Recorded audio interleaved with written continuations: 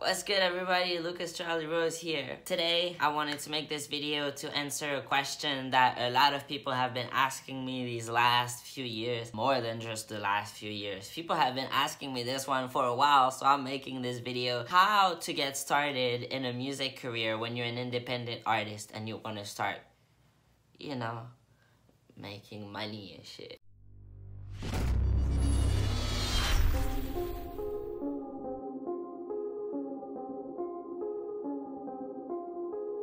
So the first thing that you gotta do when you start a music career, you have to start thinking about the fact that music is a business. Every business needs branding. So the first thing that I would tell you to do if you want to start a career professionally is think about your branding. What is branding? It's how people perceive you, how people are going to remember you. And when you think about all the popular artists that leave a mark on your mind, they all have an image that's very themselves. Your branding is what makes you unique. It's what makes you you. If you start your career being like, I want to be the next Drake, you are already starting from the wrong standpoint. There's already a Drake out there. The way that you should start your career and think about your branding is, I want to be the first me. So you have to think about what makes you different and how are you going to present yourself and your brand to the public. A lot of artists, when they begin in that industry, the biggest mistake that they do is they think about how they want people to perceive them. And most of the time, that is not how people are going to perceive you.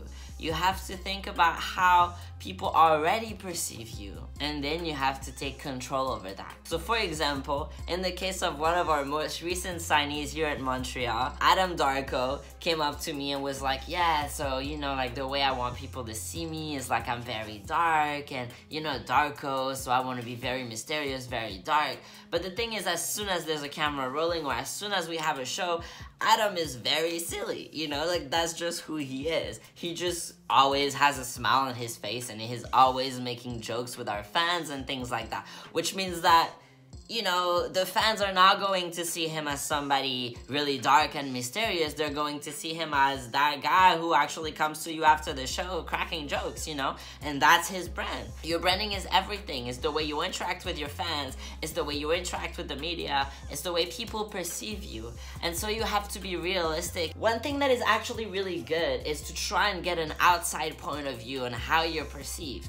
So for example, go on your social media and ask your followers, like, if you had to describe me in 3 words, what would it be? Or you know, like, you know how that meme that was like the starter pack? Like, ask your fans to make one for you and try and see like, oh really? Oh, I didn't realize that's who but actually I do that a lot. That's who I am. Like, why not play off that? And take control over that image. Play off of it. A lot of people see me as very aggressive. I'm really not, but I play off of that shit, you know?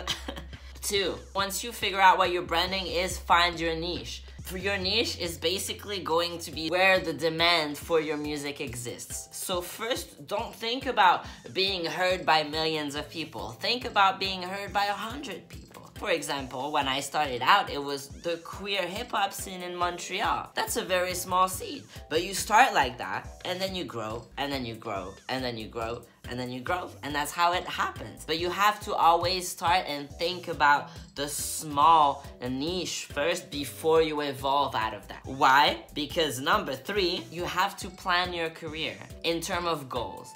But on top of doing those long-term goals, because everybody out there, aka myself, you know, we're out here, we're like, oh, I want 7 Grammys, I want to collaborate with Aya Nakamura and Rihanna, and that's not going to happen next month, you know what I mean? Like, I have to think about the short-term goals first. What do I want to accomplish first? I want to play a show at Pride in my city. That was my goal 2 years ago. I did that one.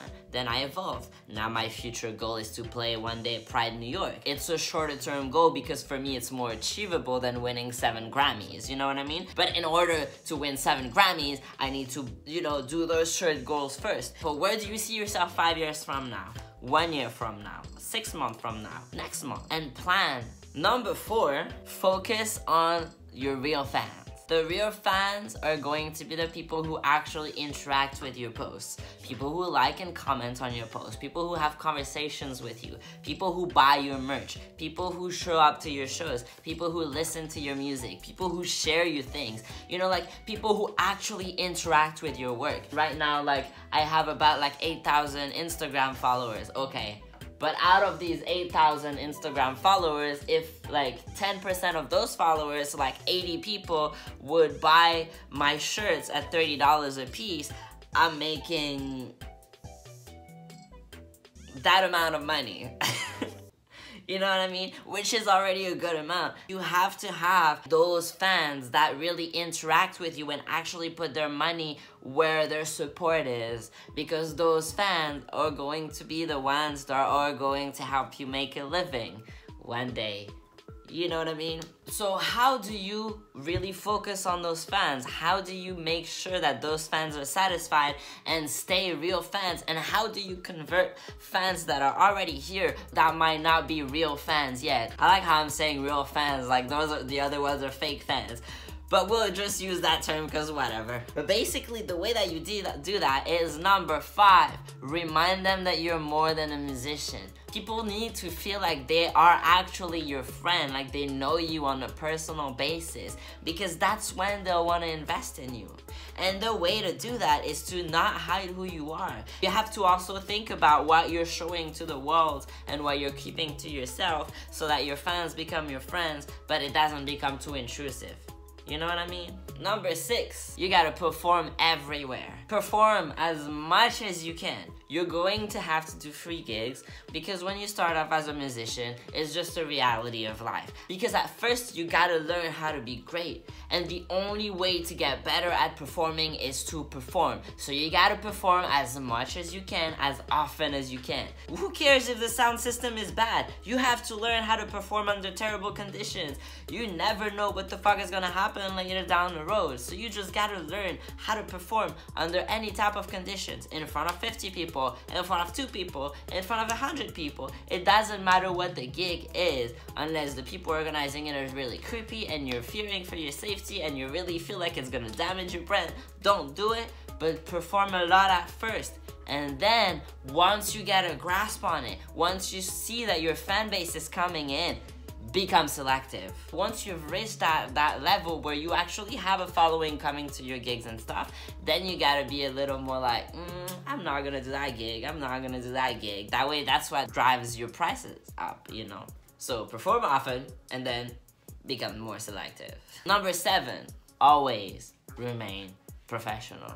When you go to gigs, it doesn't matter if it's a free gig or whatever, remain professional. You start acting up like Chris Brown, you're not gonna get passes like this dude is getting, you know what I mean? And he shouldn't be getting passes like that, because in my opinion, if you're not professional, you shouldn't be in this industry, period. But remain professional. Number 8, you gotta study the industry. Look at the people that you admire who have 1 million followers, like the Beyoncés and things. What are they doing? Okay, but then you also gotta look at the artists that are within your range. People who have maybe like less fans than Beyonce, but a little more than you. What are they doing? Analyze it. Look at the industry. What are the new sounds being introduced? What are people doing across the world? I always tell that to the artists that I sign, but it's important to look at different types of hip-hop around the world. It don't matter the language. It doesn't matter if you listen to it or not. I'm talking about hip-hop right now, but that includes every type of music. Stay updated about what's going on in the industry within your genre, within your niche. Stay relevant. So you have to always, always, always keep updated. Number 9, networking. This is whiskey, by the way. It's really important to network. You want to get your name out there as much as possible, which means not just to fans, but also to other artists. Collaborate with those artists. Make songs with different people. Reach out to people in your community that do other work. Oh, YouTubers, for example. Do you want to put my music behind your videos?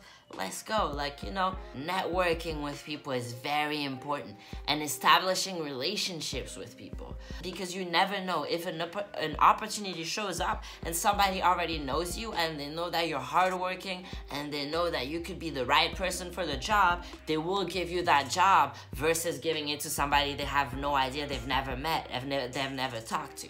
So it's really important to entertain those relationships, and it's really important to, like, you know, surround yourself with people that you like working with, you know, other creatives. Because it's also, like, for me, I find it that collaborating with other artists helps me grow and helps me, like, build my sound and really figure out who I am. It brings me to number 10. I hope I did that right, because otherwise it's gonna come off like I don't know how to count, and it's gonna be real weird. But number 10 is you gotta keep that rookie and a vet mentality.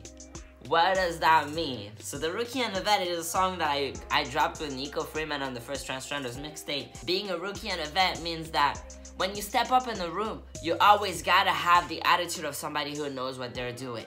When you go to a show, you have to always look like you know what you're doing. Be confident about it. Step in the rooms like you're confident. You always gotta look like you're confident. You're the boss in whatever situation you're in. But you also always gotta keep learning. Always ask questions. Always remain curious. Always look at the world like you don't know what the fuck you're doing. Act like you know what the fuck you're doing, but also you have so much to learn. Always keep learning. You do not know shit. I don't know shit. And that's how you keep growing. If you already think that you know everything, then you'll never grow. You'll never get better. And that's really important. Act with confidence, like you're a motherfucking vet, but you're also a rookie who doesn't know shit. And hopefully that made sense.